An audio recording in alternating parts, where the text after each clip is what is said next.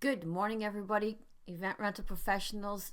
Let's talk today about where we need to start. It's 2026. It's the start of the year, and we need to get ourselves ready and prepared for the next season, right? It is our low season. Christmas and New Year's is finished, and it's time to take control of what you're going to spend your time on and your money on, and how are you going to best prepare for your next season. So let's get started in that today. For moving forward, we want to diversify our offerings. Like, let's say, think about your past year. Has there been an influx or an increase in requests for inventory that you don't have? Is this something that you want to consider for the next season? Is it just a blip in a trend, or do you think this is going to be taking off? I mean, doing a little bit of research on those things is great. If you're expanding into a different niche, that is, a larger investment, obviously. As an example, I'm far north. I'm in Canada. So, I mean, yes, I have inflatable games. I do not have bounce houses. I haven't invested in bounce houses. For me, the season is too short. So I have just inflatable games because they're a little smaller. So people with garages can actually set them up in there. If you have a 9-foot ceiling in your basement, you can also set up these games, which is why I chose to invest in inflatable games, because they go out year round. By far, they go out much more in the winter, but they go out much more in the summer, but we will get winter rentals. There are a few, clients that have larger homes or a larger garage that are willing to say, hey, I'm going to rent a couple of games because my kid's birthday is in the winter and we would like to have something different. And that's great. Now, there are, of course, tons of inventory requests that we get throughout the year that we don't have and we may not want to invest in. There's just certain things that are super trendy that are more geared for a decorator, let's say, than they are geared for a rental company. So I typically would pass on those. But there are obviously things to consider. Now, some of the things that you want to consider could be tied to the corporate market, the wedding market, specific theme celebrations. It just depends on where you are and where your interest lies, right? So you want to get your list together. And this is the moment where, January, February, March is when you want to really identify where you want to go. This is not a split second decision. So you should have your list by now, because throughout the year you would be taking notes of the things you get repeatedly asked for.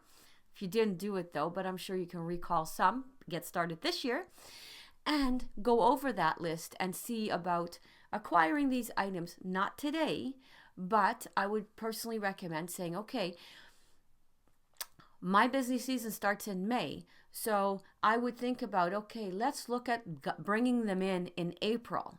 So I would be getting my quotes. I would be getting all that information.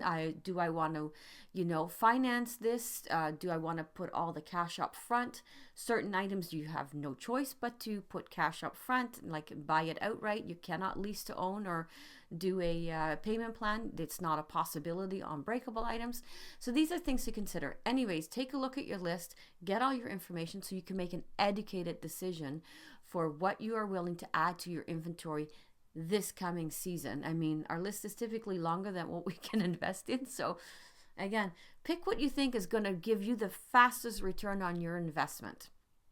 Now, given that we are a little less busy serving clients and doing quotes, because the requests are significantly less, the wedding requests won't start coming in for another month or two. I mean, you're going to get a few, but it won't be like crazy, right? Typically.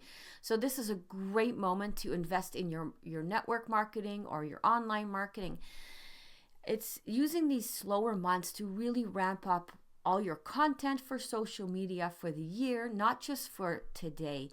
This is the moment where you ramp it up for the year. If you are a person that wants to post at least one post per day, you need to have one post per day created.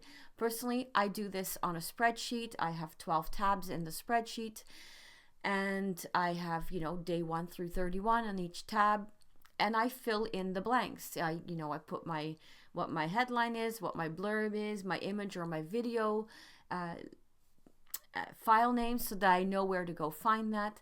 And then I do that, every 2 weeks or so. I preload up Facebook/Instagram I try to do TikToks on a very regular basis.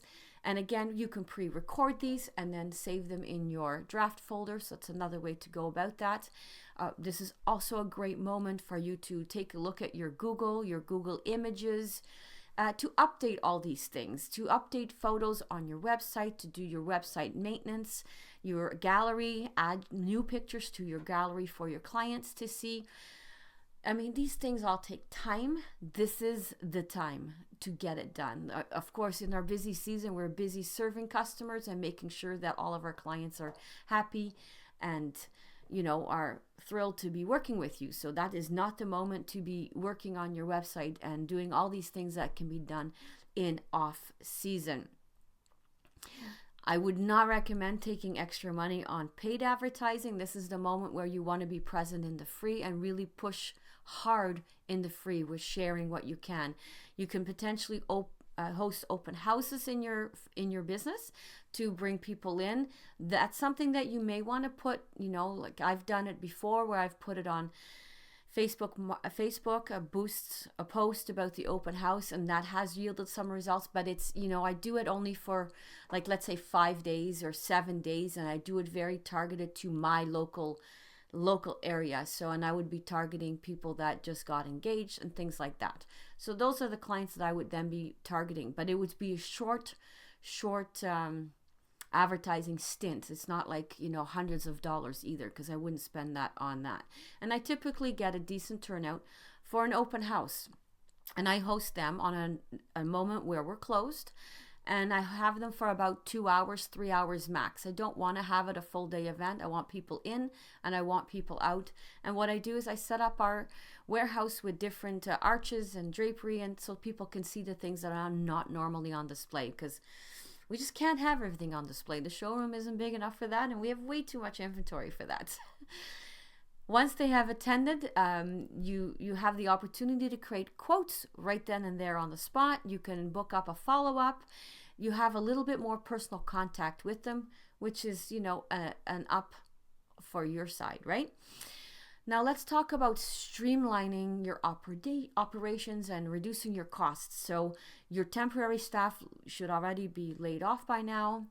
It is very good moment in time to do your inventory. As much as it is a really disliked part of the business, it does need to get done, because if your inventory is wrong, you are renting out things you don't own, or you are short.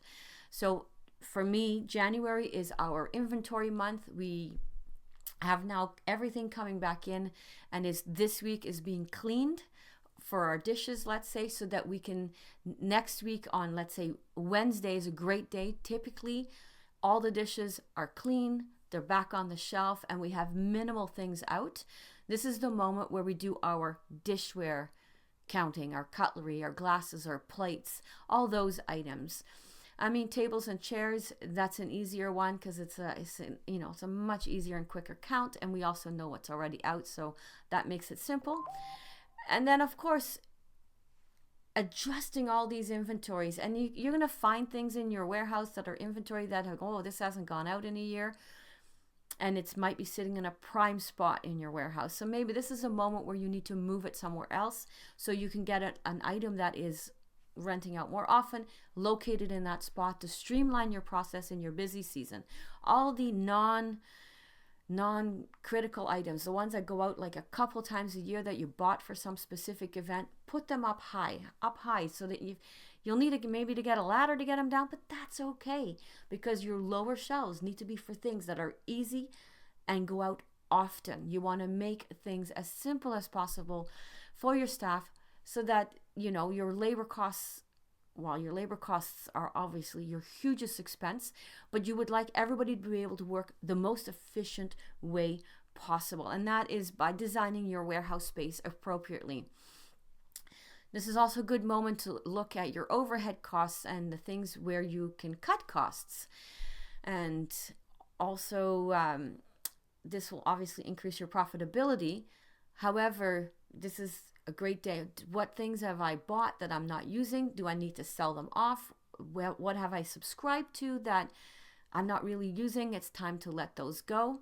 Things like that, right? So you want to be able to plan and take at least a little bit of time for that as well.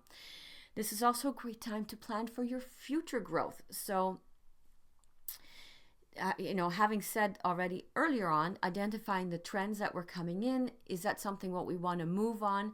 Are you potentially looking at expanding into a different niche? Maybe you are getting a lot of requests. This is just as an example, a request for flower walls, but you don't have any. Maybe this is the moment where you say, okay, I'm going to look at adding flower walls. Do I need staff for this? If I need staff for this, do I have staff for that on the weekends to go set this up? Or is this a product that a client can just take with them and set up themselves? These are all things to consider. Another niche item would be like photo booths. Do you have an actual photo booth, or are you just renting out, let's say, the backdrop and selling them a balloon arrangement to go with it, with some props that they can use? Maybe you have boxes of themed props that people can use for at a wedding, for fun things like that, and they do their own. They take their own pictures. They just want you to have the props and the background. So this is a DIY kind of photo booth. Again, easy to make, but you need to create the product and package it accordingly to be able to market it. This is also a great time to look at, if you do, let's say, carry linen, you may want to start promoting new colors of linen, get them on your website and promote them. However, don't buy them yet. Just buy them once somebody has a request for them. This has a caveat. If these people are trying to book this and it's for that day or that weekend, you may not be able to get it in time. There are, I have a couple of linen suppliers. It can take a week or so to get it in. Some of them are in 2 days. Some of them take 3 weeks. There's also a lot of product that I can get on Amazon. So sometimes I will do that there as well. We'll promote it. If it rents, I will buy it and bring it in. So this way I'm not committing to an item that may never rent up front. So at least your first rental, you're going to get a partial return on your investment, which is, critical for your rental business, especially in your low season, because this is not the moment really where you want to buy anything new until your busy season starts. And for us, that would be May. So these are great things to implement in your low season. Hopefully these tips have helped, and I wish you all the success.